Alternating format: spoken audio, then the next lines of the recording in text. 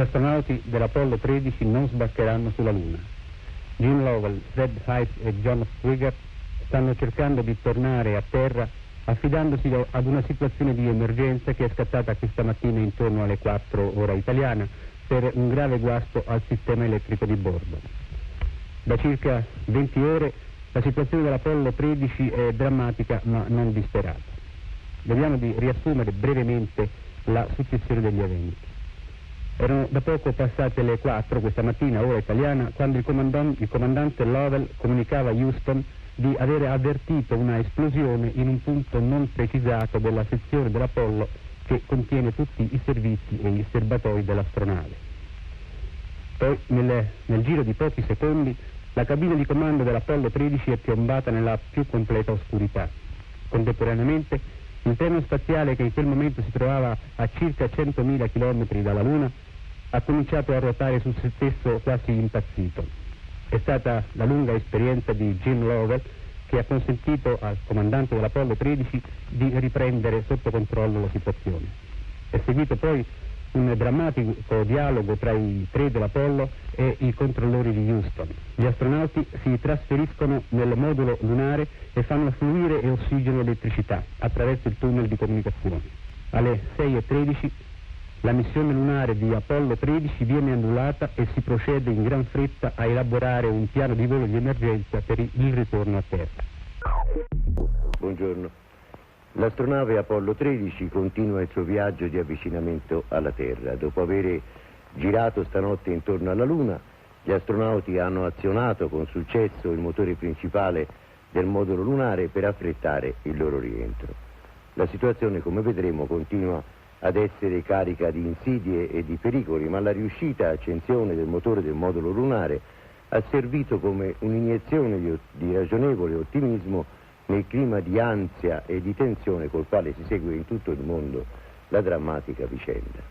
Ora possiamo collegarci con Yash Gavroski, che è a Houston e che ci potrà dire le ultime notizie. Ecco Gavroski, Guarda, il tema dell'anidride carbonica a cui ho accennato è sempre presente, anzi a un certo momento, circa un'ora e mezza fa, 2 ore fa, la percentuale, il tasso era aumentato fino al 2%, che è quasi ai limiti.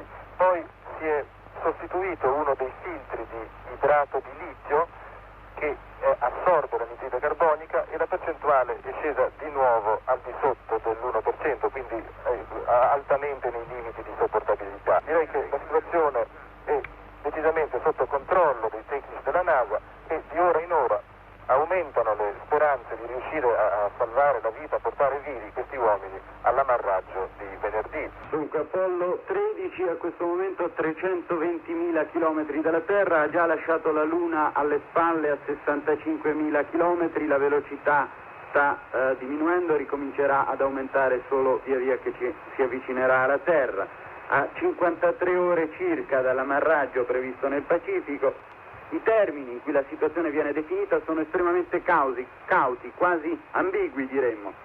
Payne ha detto questo è un fallimento qualificato e ha definito le condizioni degli uomini ragionevolmente disagiate. Se volete un'ultima curiosità prima di lasciarci, Saturno 4B, il terzo stadio del Saturno, è caduto sulla Luna alle 2:09 di stanotte regolarissimamente e per 4 ore circa ha vibrato il sismografo lasciato dagli uomini di Apollo 12. Almeno una cosa ha funzionato in questo volo, è stato il commento del comandante di Apollo 13, Lovell. Poco fa siamo stati qui nella Camera dei Bottoni, la Mission Control Room, da dove si dirige, si segue, si controlla il viaggio di Apollo 13. C'è un'atmosfera tesa ma calma. Molti gli astronauti presenti che sono in attesa di notizie dai loro colleghi che nello spazio per la prima volta sono in serio pericolo. Fra questi Mattingly, l'uomo che pianse quando seppe che non avrebbe fatto più parte dell'equipaggio di Apollo 13. Sono stati 15 minuti, ma 15 minuti difficili. Come tu hai già detto, non si esclude, però non è ancora annunciata ufficialmente un'altra correzione di rotta, probabilmente alle ore 14 italiane di domani. Il problema, al farlo breve, era così, sai, l'insieme, questo treno che è formato da una parte, è vero, dalla stiva dei servizi, dall'altra dall'Apollo 13 vero e proprio, e davanti a sé il veicolo lunare, a un certo punto minacciava di andare a finire 166 chilometri fuori dalla Terra.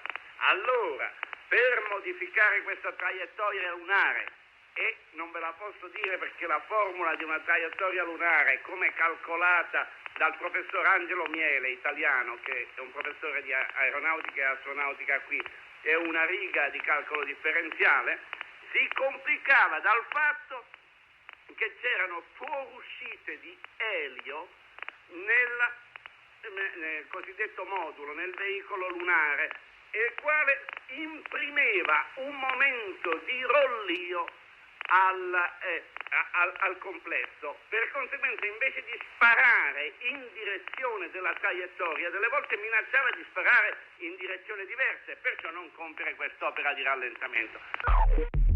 Due brevi collegamenti in voce ora con gli Stati Uniti, Yash Gavronski, che si trova appunto a Houston, e subito dopo con Ruggero Orlando a New York. Gavronski? Sì, guarda, l'ottimismo aumenta. Abbiamo visto anche le mogli ed i genitori degli astronauti parlare dei loro congiunti come se già fossero salvi.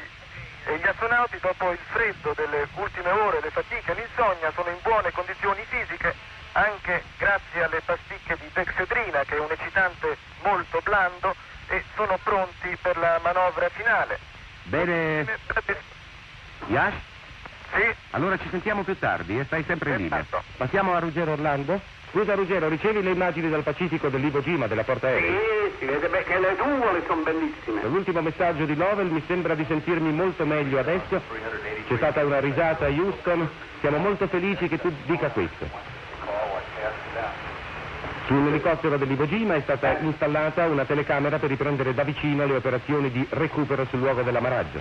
271 nautical miles. Siamo ormai vicini, dovrebbero mancare pochi minuti al rientro nell'atmosfera, l'ultimo momento critico. 1 minuto e mezzo all'atmosfera, la vostra posizione è perfetta, dice Houston. Velocity now reading 35,646 feet per second, range to go 1961 nautical miles. Aspettiamo dunque di risentire la voce degli astronauti. Ecco la voce di Lovell. Come mi senti, Houston? Vi abbiamo visto. Ecco, è la prima comunicazione, è la conferma che gli astronauti stanno bene. È Jim Lovell, il comandante, che ha comunicato a Houston che lui e i suoi compagni stanno bene. Ora non ci resta che di aspettare, di vedere la navicella. Subito dopo Lovell ha parlato Swigert. Il tempo è ottimo. Comunicano da Houston agli astronauti. Ecco l'Apollo. Ecco l'Apollo. È un'immagine indimenticabile. Un applauso sulla portaerei, applausi a Houston, come mi vedi? Chiede Lovell. Molto bene, è magnifico, chiedono a Houston. Applausi a bordo dell'Iwo Jima. Ecco un'immagine che Houston forse non sperava di vedere. È il premio anche alle migliori Ground control to Major Tom. Ground control to Major Tom. Take your protein pills and put your helmet on. Ground control to Major Tom. 7, 6. Commencing countdown, engines on. 3, 2. Check ignition and may God's love be with you.